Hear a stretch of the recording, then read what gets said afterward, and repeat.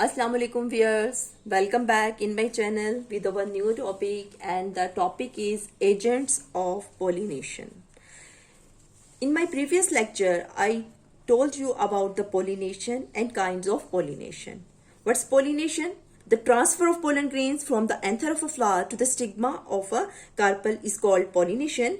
And the kinds of pollination we describe, there are two kinds of pollination, that are self-pollination and cross-pollination. Now today we will discuss about inshallah ta'ala agents of pollination.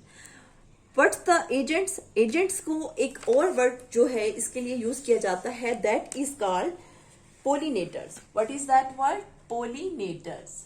Pollinators. It's the word for agents. Okay, this is the word for agents, and this is pollinators. And these agents are wind, animals and water.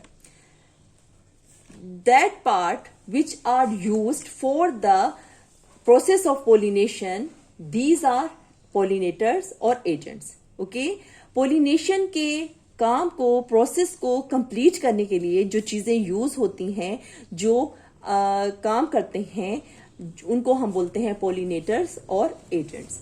अब ये कैसे है? Pollination by wind, pollination by animals, pollination by water.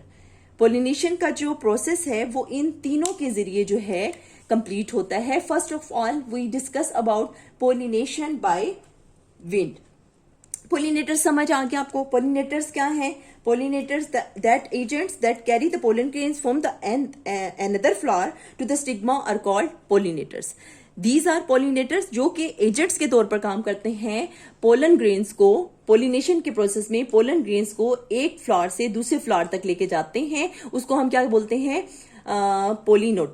Pollinators, agents और pollinators. Okay, now अब pollination by wind जो है वो कैसे है? अब अच्छा, पोलिनेटर्स की एग्जांपल भी होनी चाहिए. पोलिनेटर्स मैंने आपको बताया था, agents that carry the pollen grains from the anther of the flower to the stigma of the flower is called pollinator. अब ये पोलिनेटर्स जो है, इनमें जो एजेंट्स, जो पोलिनेटर्स के तौर पर चीजें जो काम करती हैं, अब वो क्या है, वो कौन सी हैं? वो बर्ड्स भी हो सकते हैं, बैट्स हो सकती हैं, वाटर है, विंड है, एनिमल्स हैं. एनिमल्स में फिर आगे टाइप्स आ जाती है ना, ये सारे इंसेक्ट्स हो गए या बैट्स वगैरह हो गई. उसके अलावा ये वाटर, ये ऑल ऑफ दैट जो है ये एजेंट्स हैं और पोलिनेटर्स हैं. अब सबसे पहले जो हम डिस्कस करेंगे वो discuss about the pollination by wind. The wind picks up pollen grains from one flower and blows it onto the another wind pollinated plant have a long stamens and carpels. Most grasses depends upon wind for their pollination. वो plants जो के pollination by wind में हिस्सा लेते हैं, उनके carpals के stalks भी लंबे होते हैं और जो स्टेमन है उनके भी जो फिलामेंट है वो लंबे होते हैं, लॉन्ग होते हैं. जैसे मैंने आपको फिर इधर डिस्क्राइब कर देती हूँ डायग्राम इसके लिए, जो मैं कह रही हूँ आपको. स्टेमन्स में जो ये स्टाक होगा स्टेमन का, जिसके ऊपर यहाँ पर ये एंथर लगा होता है, ये स्टाक लंबा होगा. ये क्या है? ये स्टेमन है. यानी स्टेमन भी लंबा होगा और लॉन्ग स्टेमन्स होंगे. और उसके अलावा जो कार्पल्स हैं वो भी, कार्पल्स इस तरह का ऑर्गेन होता है, पार्ट होता है, किसी फीमेल पार्ट, इसको क्या बोलते हैं हम? कार्पल. कार्पल भी लंबा होता है और स्टेमन भी जो है ये लॉन्ग होते हैं. जो पोलिनेशन बाय विंड के जरिए होती है उसमें ये दोनों जो पार्ट हैं ये लॉन्ग होंगे. मोस्टली जो पोलिनेशन बाय विंड होती है उसमें जो प्लांट्स हिस्सा लेते हैं उनमें आ जाती हैं ग्रासेस. यानी ज्यादातर जो ग्रासेस हैं वो इस पोलिनेशन में हिस्सा लेती हैं.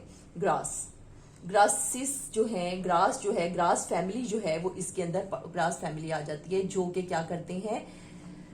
पोलिनेशन बाय विंड करते हैं. उसके बाद है जी पोलिनेशन बाय एनिमल्स. अब पोलिनेशन बाय एनिमल्स का क्या मतलब है? इसमें सारे इंसेक्ट्स वगैरह या बटरफ्लाइज, इंसेक्ट्स, बीज, butterflies, all of that insects ना, ये इंसेक्ट्स हिस्सा लेते हैं. इसके अलावा एनिमल्स में हमारे बैट्स वगैरह आ जाते हैं, कुछ बर्ड्स भी आ जाते हैं जो कि पोलिनेशन करने में हमारी हेल्प करते हैं बाय एनिमल्स. Okay, इसमें है insects and some other animals can also transfer pollen grains when they move from one flower to other. Bright color petals, charming shapes, nectar guides, and pleasant smell attract animals towards flower. And pollen grains have a rough and sticky surface due to which they stick to animals' body.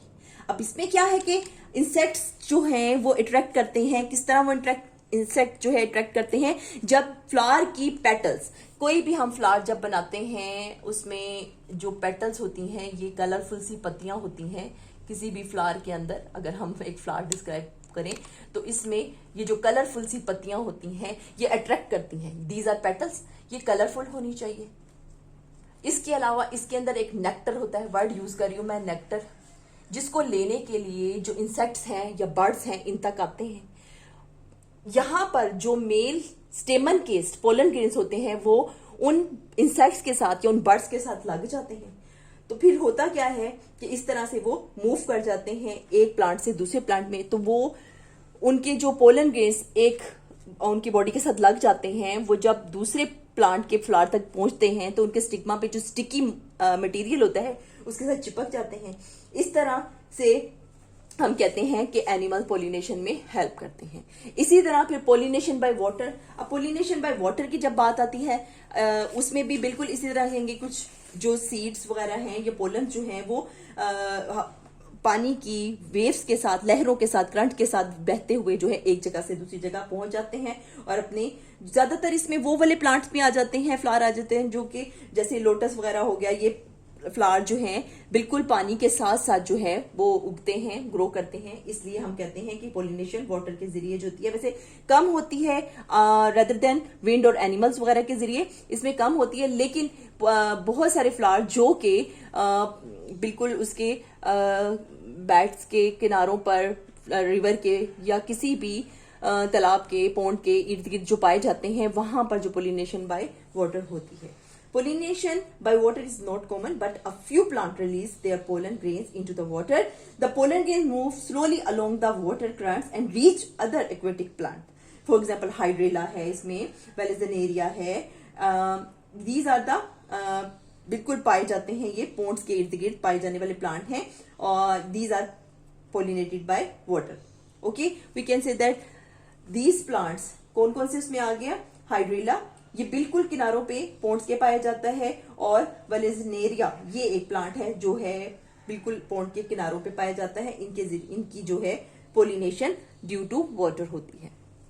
Okay, mostly हम कहते हैं कि जो pollination है वो wind और animals के जरिए होती है। मोस्टली एनिमल्स के जरिए बहुत ये रेयर है, बहुत ही ज्यादा होती है, रेयर कह रही हूँ, बहुत ज्यादा होती है। विंड के जरिए भी होती है, एनिमल्स के जरिए भी। रेयर होती है ये इन द वाटर, सिर्फ उन प्लांट्स में जो कि पोन्ड्स के इर्द गिर्द पाए जाते हैं और उनकी पोलिनेशन इस सूरत में हो जाती है पानी के साथ। Okay, this is our topic, today's topic, agents of pollination.